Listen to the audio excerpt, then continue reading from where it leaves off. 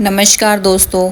एक घमंडी राजकुमार, एक रहस्यमयी राजकुमारी और 5 खतरनाक शर्तों की कहानी। घमंडी राजकुमार और रहस्यमयी राजकुमारी की अद्भुत कथा। स्वागत है आपका हमारे चैनल कथा कहानी 13 में। आज की कहानी सिर्फ एक राजकुमार और राजकुमारी की प्रेम कहानी नहीं है, बल्कि यह कहानी है घमंड से इंसानियत तक के सफ़र की। एक ऐसे राजकुमार की जिसे अपनी ताकत पर बहुत घमंड था, और एक ऐसी राजकुमारी की जिसकी 5 रहस्यमयी शर्तों ने बड़े बड़े राजाओं को मिट्टी में मिला दिया। तो चलिए शुरू करते हैं आज की रहस्यमयी और भावुक कहानी, घमंडी राजकुमार और रहस्यमयी राजकुमारी। बहुत समय पहले सूर्यगढ़ नाम का एक विशाल और समृद्ध राज्य था। उस राज्य के राजा वीरेंद्र सिंह और रानी देवयानी अपनी दया और न्यायप्रियता के लिए दूर दूर तक प्रसिद्ध थे। महल सोने चांदी से चमकता था। हर दिन उत्सव, नृत्य और दावतें होती थी, लेकिन उस महल में एक ऐसी कमी थी जिसने राजा और रानी की खुशियां छीन रखी थी। उनका इकलौता बेटा राजकुमार आर्यवीर। आर्यवीर बेहद सुंदर था, लेकिन उतना ही घमंडी और आलसी भी। उसे ना युद्ध कला में रुचि थी, ना प्रजा के दुख दर्द में। उसे बस अपनी तारीफ सुनना अच्छा लगता था। महल के नौकर दिन रात उसके पीछे भागते रहते।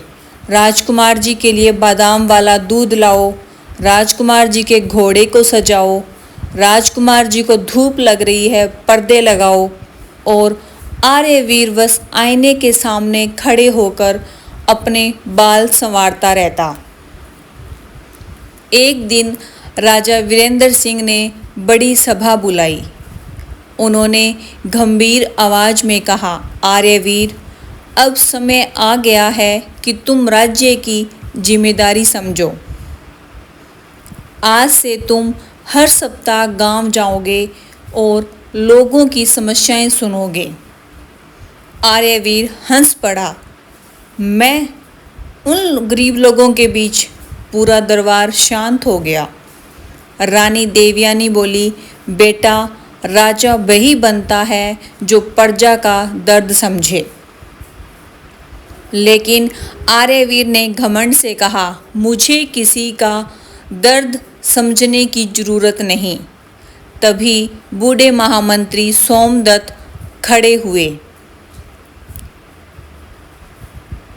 महाराज, क्षमा चाहता हूँ, लेकिन यदि ऐसा स्वार्थी राजकुमार राजा बना तो सूर्यगढ़ बर्बाद हो जाएगा।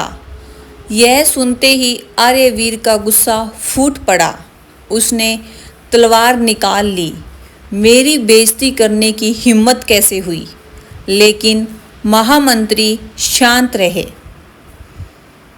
सच हमेशा कड़वा होता है राजकुमार। उस रात आर्यवीर गुस्से में महल छोड़कर चला गया। ना सैनिक, ना धन, ना शाही वस्त्र, बस एक घोड़ा, तलवार और टूटता हुआ घमंड। उसे बिल्कुल अंदाजा नहीं था कि आगे उसका सामना किस्मत की सबसे कठिन परीक्षा से होने वाला है।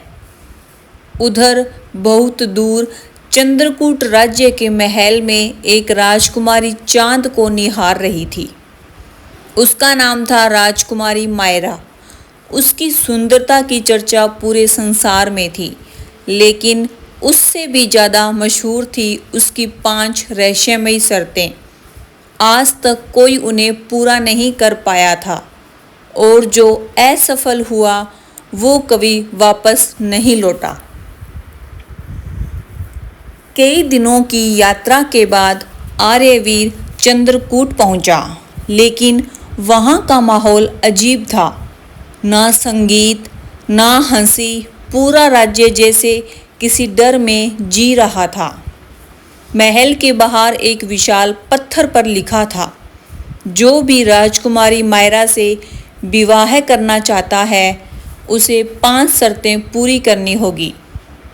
नीचे कई राजाओं और राजकुमारों के नाम खुदे थे, और हर नाम के आगे सिर्फ एक शब्द लिखा था, असफल। लेकिन आर्यवीर नहीं डरा, वो सीधे महल के अंदर पहुंच गया। तभी शंख बजा और धीरे धीरे सीढ़ियों से नीचे उतरी राजकुमारी मायरा। उसकी नीली आंखें, चांद जैसा चेहरा और रहस्यमय मुस्कान देखकर पूरा दरबार शांत हो गया। मायरा ने पूछा, तुम यहाँ क्यों आए हो? आर्यवीर बोला, तुमसे विवाह करने।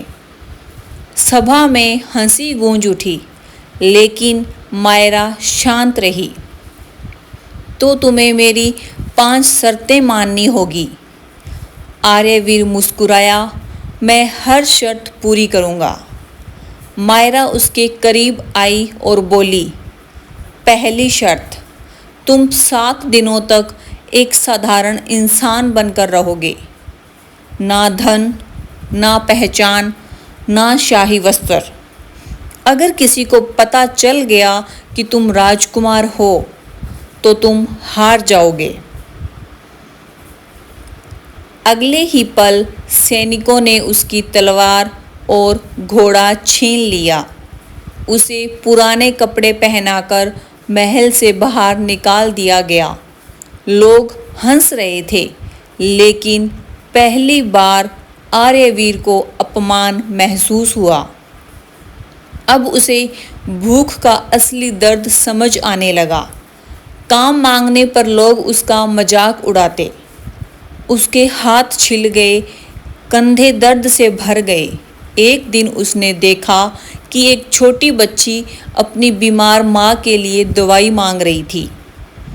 कोई उसकी मदद नहीं कर रहा था। आर्यवीर ने अपनी पूरी कमाई उसे दे दी।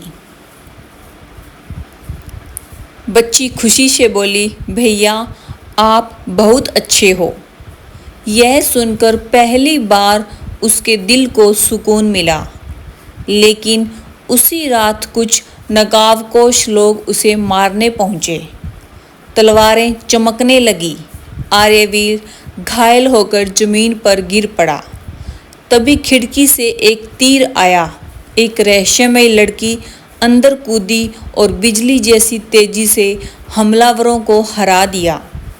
उसकी आंखें बिल्कुल मायरा जैसी थी। जाते जाते उसने कहा, अगर जिंदा रहना चाहते हो तो किसी पर भरोसा मत करना, और अंधेरे में गायब हो गई। अगली सुबह उसकी पहचान सबके सामने आ गई। वो हार चुका था, लेकिन तभी सच सामने आया। चंद्रकूट का सेनापति विक्रांत ही उन सभी राजकुमारों की मौत के पीछे था। वो बचपन से मायरा से प्रेम करता था और किसी को भी उसके करीब नहीं आने देना चाहता था। विक्रांत ने मायरा की गर्दन पर तलवार रख दी। अगर सच में मायरा से प्यार करते हो तो अपनी जान दे दो। पूरा दरबार सन्न रह गया। पहले वाला आर्यवीर शायद अपनी जान बचा लेता, लेकिन अब वो बदल चुका था। उसने अपनी तलवार जमीन पर फेंक दी। पहले मैं सिर्फ खुद से प्यार करता था, लेकिन अब पहली बार किसी और की ज़िंदगी मेरी अपनी ज़िंदगी से ज़्यादा ज़रूरी लग रही है। मायरा की आंखों में आंसू आ गए। तभी मौका देखकर मायरा ने विक्रांत को धक्का दिया और आर्यवीर ने उससे भयंकर युद्ध किया। आखिरकार विक्रांत हार गया। सैनिक उसे पकड़कर ले गए। मायरा धीरे धीरे आर्यवीर के पास आई। तुम जानते हो मैंने ये 5 शर्तें क्यों रखी? आर्यवीर ने सिर हिलाया। मायरा बोली, मेरे पिता की मौत एक घमंडी राजा की वजह से हुई थी।